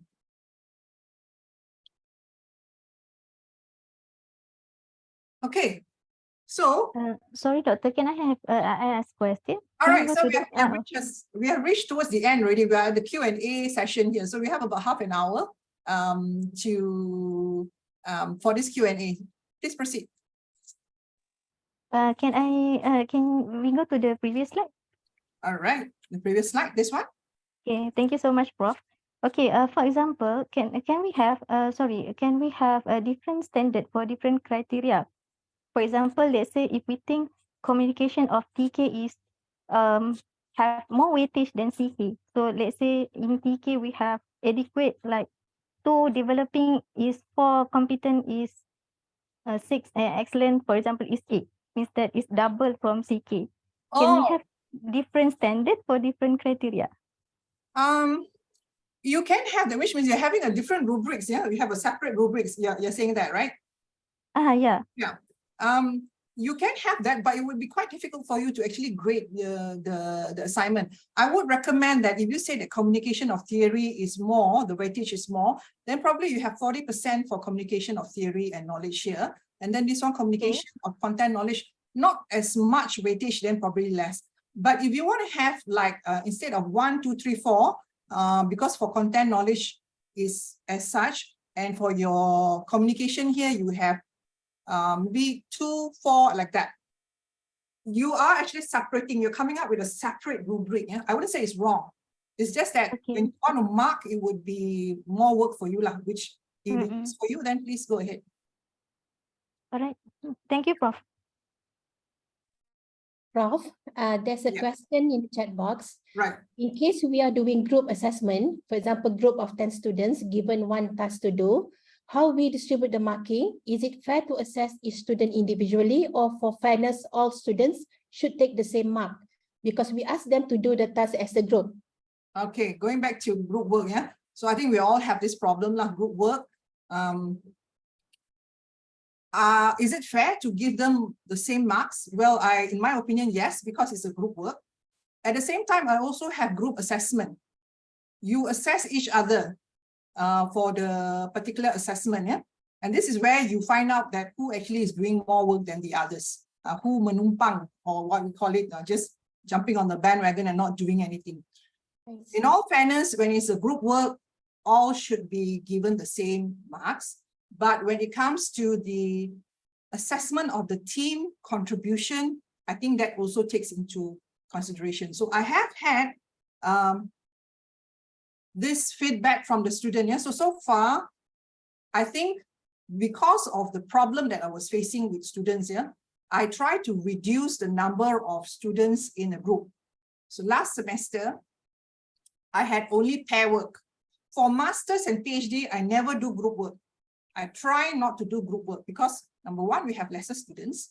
And also, number two, to lessen the problem of students who are not contributing. So masters and PhD, for me, so far I've never had any group work. For undergraduate, I had group work, 4 to 5, but I find that they are bound to have problems, yeah, where students are not doing their work. So this semester, I decided to have maximum of 2, pair work only, and based on the team contribution, yeah, They have been very, very open about it. They never told me throughout the semester. They kept quiet. They didn't want to tell me. Perhaps they don't want to, sour the relationship with their friends. But what they did was they wrote. I gave them a rating scale, and I gave them comments to write. And then I asked the students, how many % is your contribution, and how many % did this student actually, or your partner actually give, right? So when the student says, there was this particular group, yeah, who this pair work group, one was 80%, the other one was 20%, rated the partner 20%. Yeah? So I call up the one who got low contribution and ask. Yeah, of course, the student is saying, oh, I did all, I also contributed. So when I then have to go down to this situation where I open up the assignment and ask the students, which part did you contribute? Can you explain to me that part that you claim? So there are times when the students are not able to explain. I know that they are not telling the truth. Yeah, so group work is actually still a big problem, but having the rubrics would help in that sense. Yeah. Prof, continuing from the group assessment, are you referring to the peer-to-peer evaluation? Yes, peer-to-peer evaluation. Yeah. So which means that I have, at the end of the semester, I have one extra questionnaire for the students to respond. Who are your members, group members? Yeah, and rate. So let's say you have 4 students. Yeah, so I am the one who is going to rate my 4 members. So I have this option where I said, okay, rate. What is the contribution of student A, B, C, D? So that gives me an idea of how well they have been working together. But because I find that to have 4 to 5 students in a group is also problematic. So this semester, I decided that pair work. So lessen the students, but sometimes we can't avoid it when we have big groups of groups. Yeah, I'm not sure about your university. So far, my classes maximum is 70. I have 2 groups of students, and we have demonstrators to help us. So marking is not really a big problem for us actually. But if there are times when we have a big group and we have to do the markings, then of course we have no choice but to have more group members in the assignment. I see. So Prof, peer-to-peer evaluation, say for example, team member number 4 performed really bad, graded poorly by the rest of the team members. Do you do marks reduction? Oh, yes. Okay. I'd reduce the marks to be fair. And I have to call all the members to talk to me to make sure there's consistency. I don't want the student to be victimized also. So when I do this investigation, which is extra work for us, but as educators, we have to be fair to our students. I will call all the students and they would really tell me, and I find that what they have reported to me are very consistent, that only this particular student is having problems in so forth. I see. So I think what we can actually always do to our students is that give them the opportunity to voice out. But of course, like I mentioned, when we ask them, they will keep quiet. So give them the opportunity to rate their members. Okay, we have a comment here from Dr. Tengku Haziamin. Peer assessment, there are times when students tend to give full marks to their peers in group. All right, I don't think there's a problem. They are being very kind to each other, right? So if they give full marks to each other, that means that all of them will get the same marks. Fair enough. Prof? Yes. Well, I have a question. I love the point when you mentioned that that there's no perfect rubric. And then what if we design the rubric for the first time and we notice that our rubrics are too lenient, where our students, they scored very easily? So how do you address that issue? Yeah, are we going to retain the marks, or are we going to low down the expectations? Yeah. Okay. Going back to your question, you are mentioning that this rubric is the first time you are using this rubric for the first time, and you find that when you grade the students, all of them scored A, for example. Is that what you mean? Yes, Prof. Okay. If you have time to revise your rubric, but on condition that you haven't shown that rubric to your students. But if you already shown to the rubrics to the students, my advice to you is stick to that rubric, because it's a fair deal. Yeah, you have shown the students this rubric and they have actually followed your rubric and they scored A for it. But the following semester, look again at your assignments. Do you need to actually redesign your assignment? Do you really need to refine your instrument or your rubrics? Yeah, I would recommend that the refinement is done after the semester. Okay, thank you, Prof. Very clear. Right, welcome. Any more questions? Yes, Prof. So in your sample of rubric e-portfolio, which one is the assessment or assignment, the project or the e-portfolio? They have to do two assignments here, project and e-portfolio. Correct. I actually had two assignments. The project was to come up with a board game. Yeah. I like, board game means like snake and ladder, dumb, those kind. At the same time, I got them to write their reflection, which means that actually the board game, there was a rubric separate for it. But what I showed for today's session is the rubric for the reflection that I wanted them to write. In that sense that for entire semester, I want to capture the progression of their work. So for every assignment that you give to your students, they need to have one individual rubric, except that if you are you're using a generic rubric. Yes. Okay, thank you, Prof.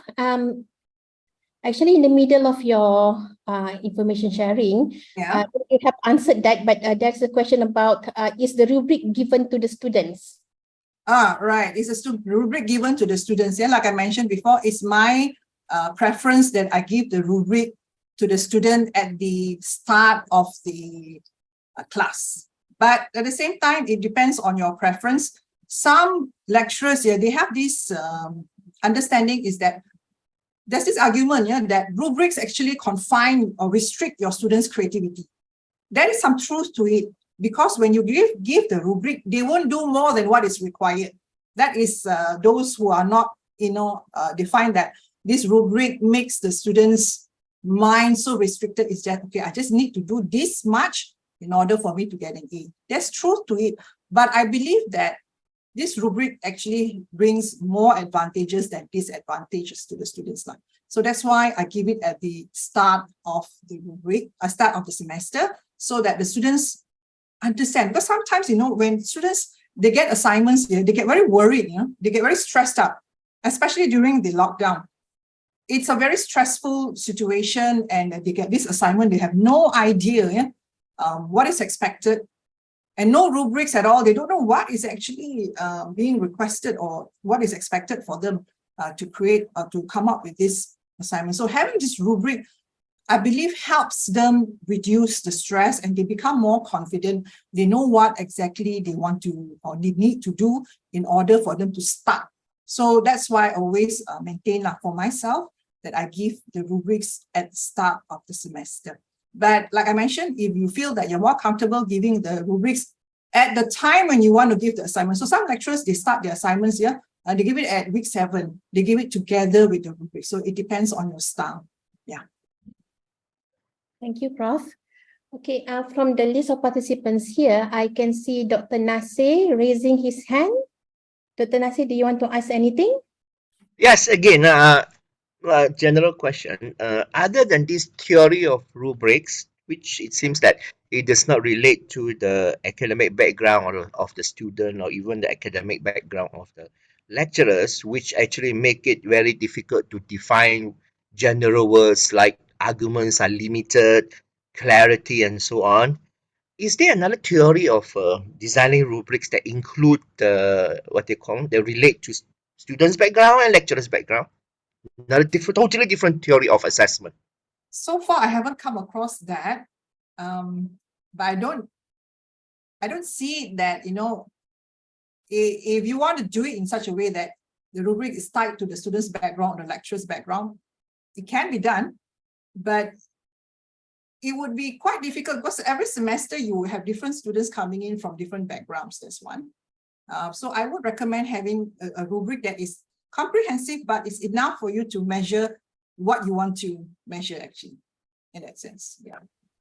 Yeah, it's true. In other words, the assessment system is very tight to, as Professor Richard say, where it's like the whole educational system, the idea of McDonaldization, the idea of factory and so on. Yeah, it's it's tied to that system. We cannot escape that. Only that we can only reduce the problem only. Yeah, correct. We can only reduce the problem. So sometimes I had a group of academics who were very worried that their assessment after they've graded, it didn't meet the bell curve, you know, and they asked me, and they even mentioned to me that they were asked to change the marks because it was a skewed curve.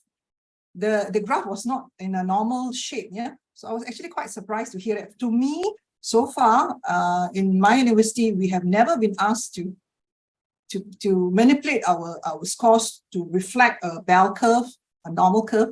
If everybody is scoring A, it means that my students are competent. And I am confident with the way I'm assessing my students because I have this rubric, which is very objective. So anybody who wants to challenge my grading, you can have a look at all my rubrics. It's there. My rubrics is all there for all to see. And there's nothing to hide. So when I have students, so usually when I teach my course, it is a 2+1 course, 2 hours of lecture, 3 hours of practical sessions.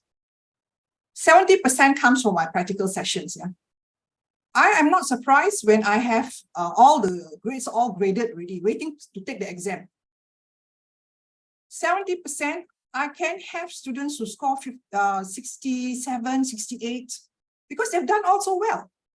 And Yes. that doesn't mean that there's something wrong with the grading. They have just met the competency level that I have set for my course. Yeah, Prof. Yeah. I seem to agree with your opinion about giving the A's, you know. We as a lecturer must be confident about our assessment to our student itself, because I do face the challenge of answering what you call comment from university about me giving so much A's to my student. My answer to the what you call the question from my university is that I show them the way that we do assessment. Yeah, I do agree with it, with your. And another thing, Prof, what do you think about presentation as a what do you call it, instrument to assess the performance of let's say group work? What do you think about that? Presentation. Okay. Now I have presentation because my coursework has communication skills as the LO. So it has to tie up with the LO, that's one. If it's not in the LO, but you still want your students to do presentation because, you know, for our undergraduate, we want to nurture and develop their communication skills. We can have it also. And I have been assessing communication skills in my undergraduate course, but not for my master's course. Okay. Yeah, because master's course, I feel that they are more confident in communicating. And our class is smaller, and they are very engaged in my class. So I don't need to actually have special presentation slot to assess my student. Okay, thank you. All right. Yeah. So it goes back to how you actually, you know, how confident are you in making your decisions? Because at the end of the day, we are the designers of our assessment. We design our instruction. And sorry for me to interrupt. I do agree also in comprehending comprehending the rubric itself. It must be stated as more flexible. You know, do you get what I mean? The wording in the rubric itself should be more flexible. Flexible. Not too strict. You know. Too strict sometimes also would not be good for your students. Yeah. Yes. Sometimes you when you're marking and you didn't expect this, You didn't expect to see such way of how they would argue or how they would actually complete this assignment. So there's flexibility, yes, that's one. But of course, having a very detailed rubric would be helpful, so it reduces the questions that you are going to face from the students. That's another thing. But sometimes if you have too detailed, then it defeats the purpose also. Because if it's not there, then you can't give the marks to the students. We want to have flexibility as well. Thank you for your question. Any more questions? Okay, we have Dr. Shahrir raising his hand. Yeah, Good go ahead. morning, Prof. Thank you very much for the informative sharing session. I would like to refer to the rating scale problem, which you mentioned that if 1.5, we don't know, is it educate or developing? And then the solution is to change to ranging of scores. Yeah, right. But let's say we change to the educate is 1 to 2, developing 3 to 4, and then still the problem of 2.5. Which one should be under which category? Okay, you still have the same problem, right? So that which means Yes. you need to make a clear demarcation here. So if you want to assess 1.5, the middle range here, if you are marking this assignment yourself, then you make that decision. If you are having more than 2 instructors marking the same assignment, then you all will need to have a general consensus. Okay. Yeah. We have to discuss and yeah. Okay. Thank you very much.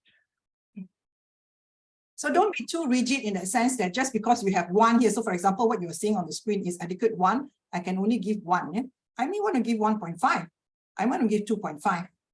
So it really depends on, but you must have consistency in the sense that, okay, maybe today you mark, nobody got 1.5.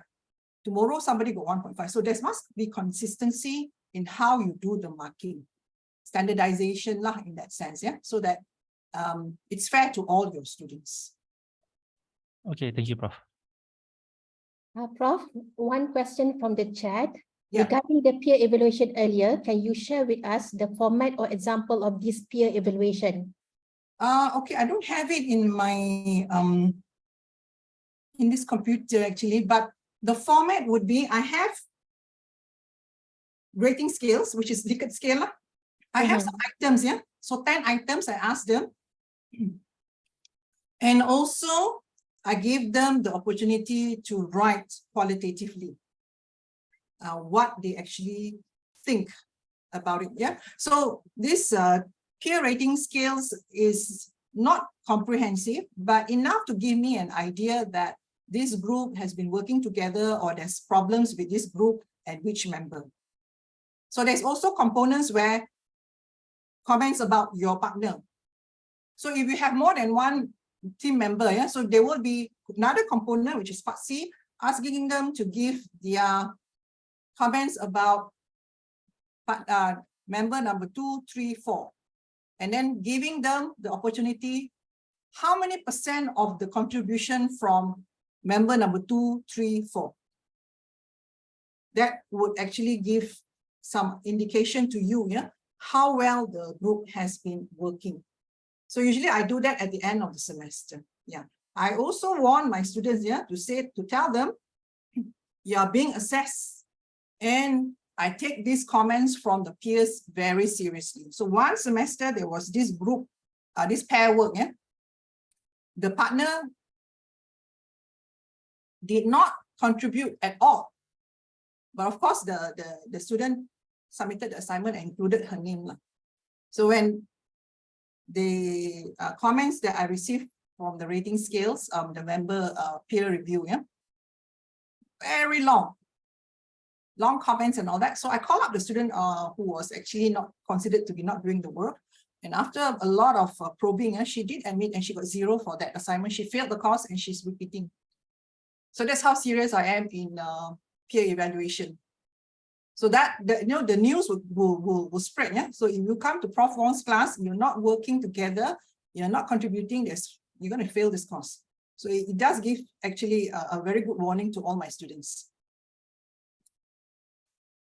Thank you, Prof. Any one last question, maybe perhaps? I have a question. Yeah. Hi, Prof. I just need to know if, let's say, still regarding the peer evaluation, right?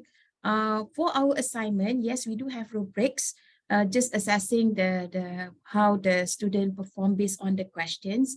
But regarding the peer evaluation, we don't have any at the moment because we have the assignment within that 2 hours, meaning the student need to complete the assignment within the 2 hours, and we will be there in the lab because our assignment is regarding writing program, for example. All right. So if that the case, right, do we still need the peer evaluation, or we can just observe as a lecturer how they perform?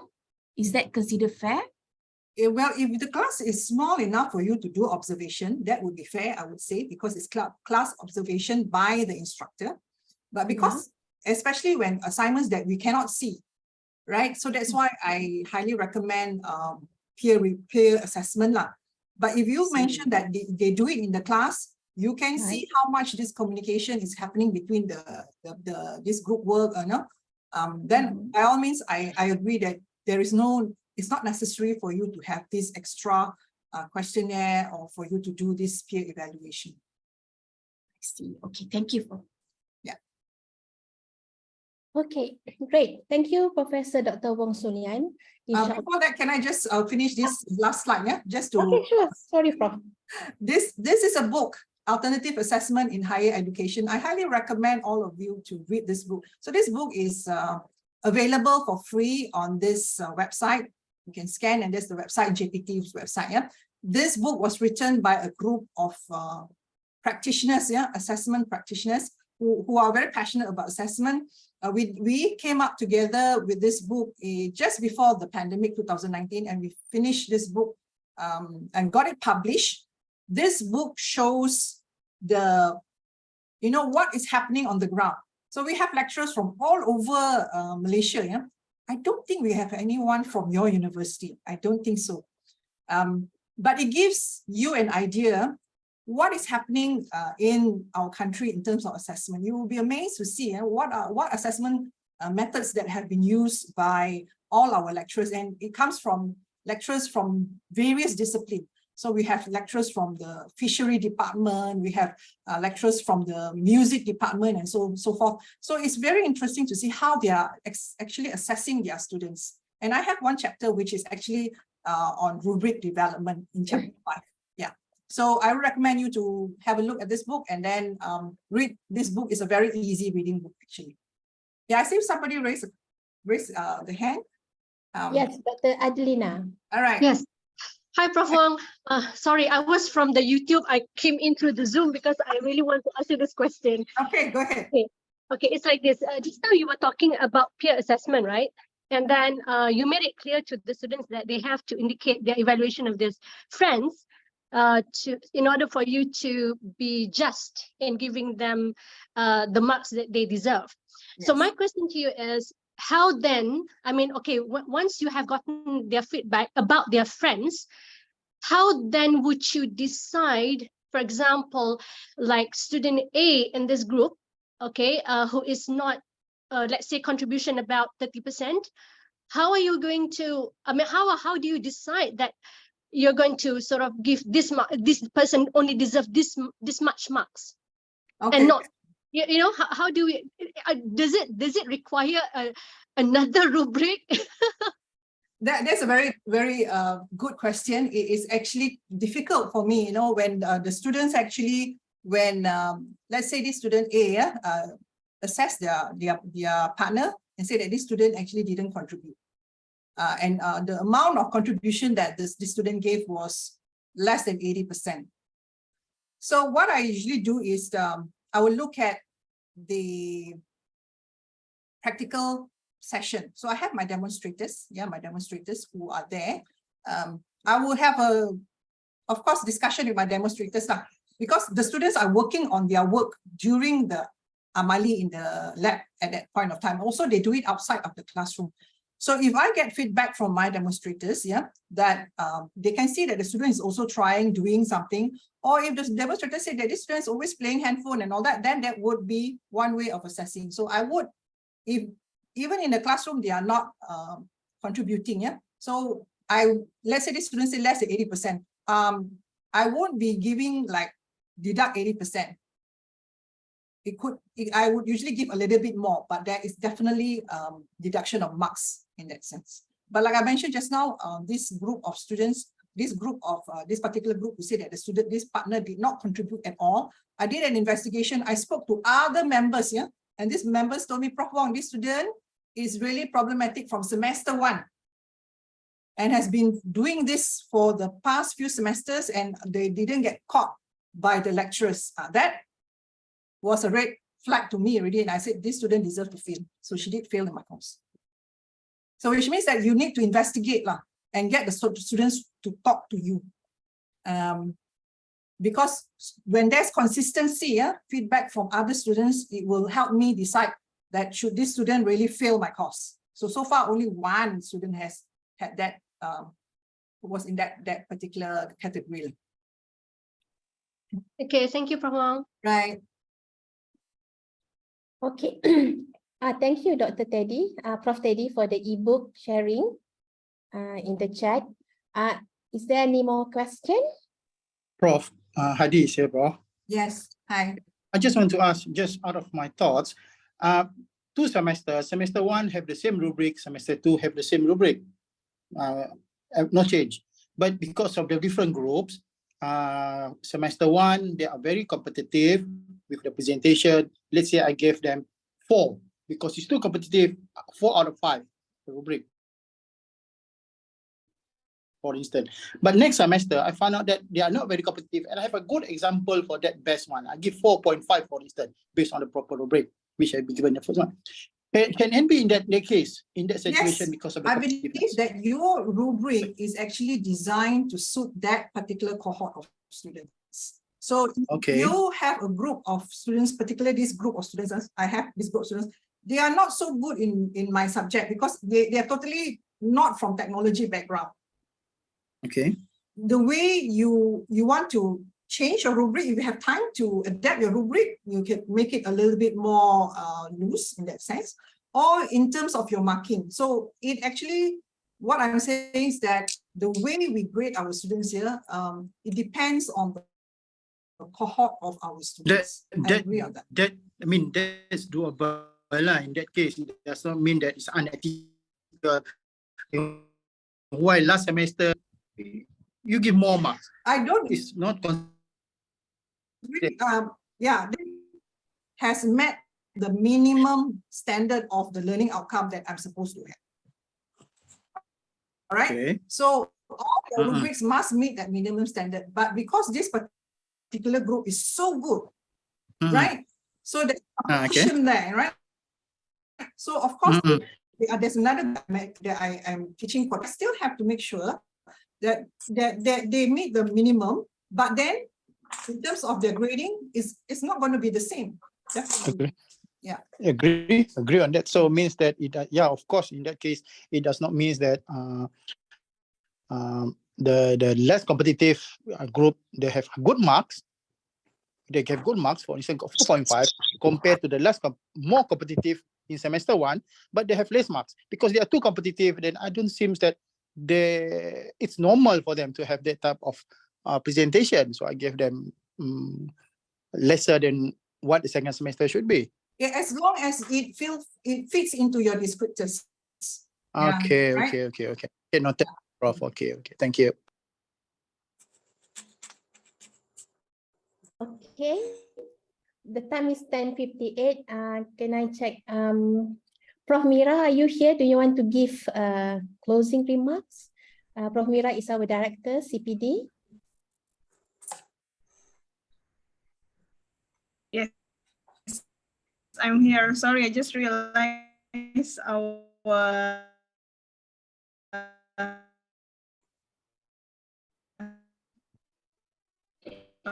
network is not stable from on our side.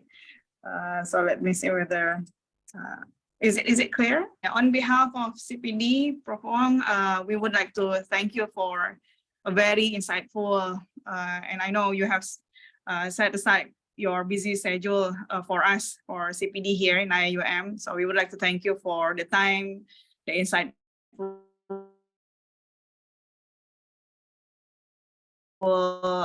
session a lot, and we are all excited to implement the knowledge that you have shared with us.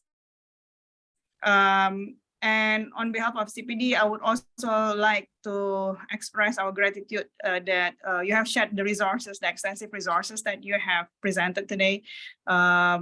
We hope that this will not be our last session with you. I know you have been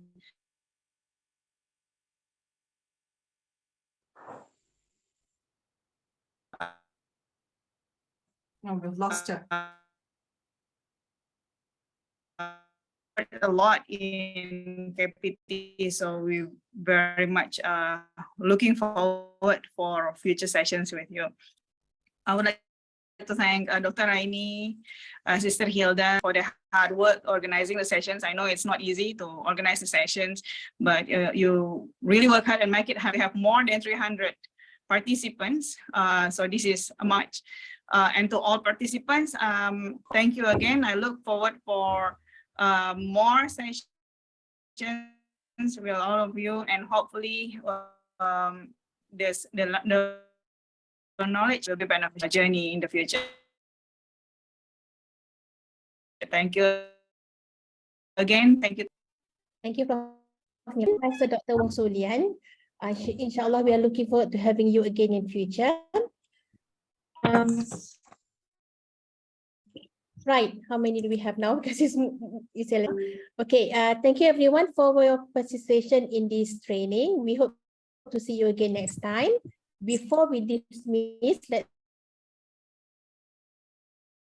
have a proper session. Us.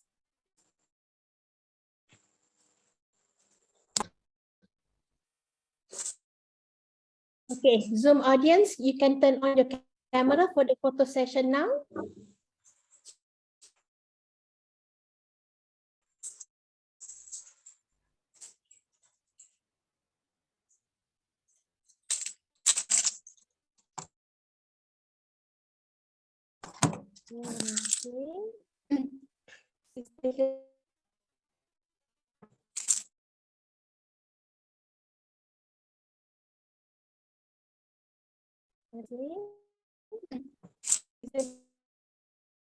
The screens we have here. 1, 2, 3. The third screen. 1, 2, 3. The fourth screen. 1, 2, 3. Fifth screen. 1, 2, 3. 6, 1, 2, 3. 7, 1, 2, 3. 8, 1, 2, 3. Again, 1, 2, 3. Screen, the last screen, 1, 2, 3. Okay, thank you very much, everyone. Thank you so much for joining the session. Thank you, Prof. Welcome. Bye-bye. Thank you, Prof. Thank you, Prof. Bye-bye. Thank you. Thank you, Prof.